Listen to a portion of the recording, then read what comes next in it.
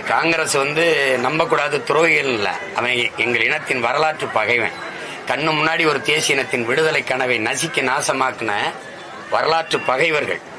எவனாவது மறுக்க முடியுமா கேளுங்க? என் இனத்தை போர் நடத்தி கொன்னது காங்கிரஸ், அது ஆட்சின்னு நான் சொல்றத. ஏன்னா ரத்த சாட்சியா வாழ்ற மகன் நான். இல்லைங்களா?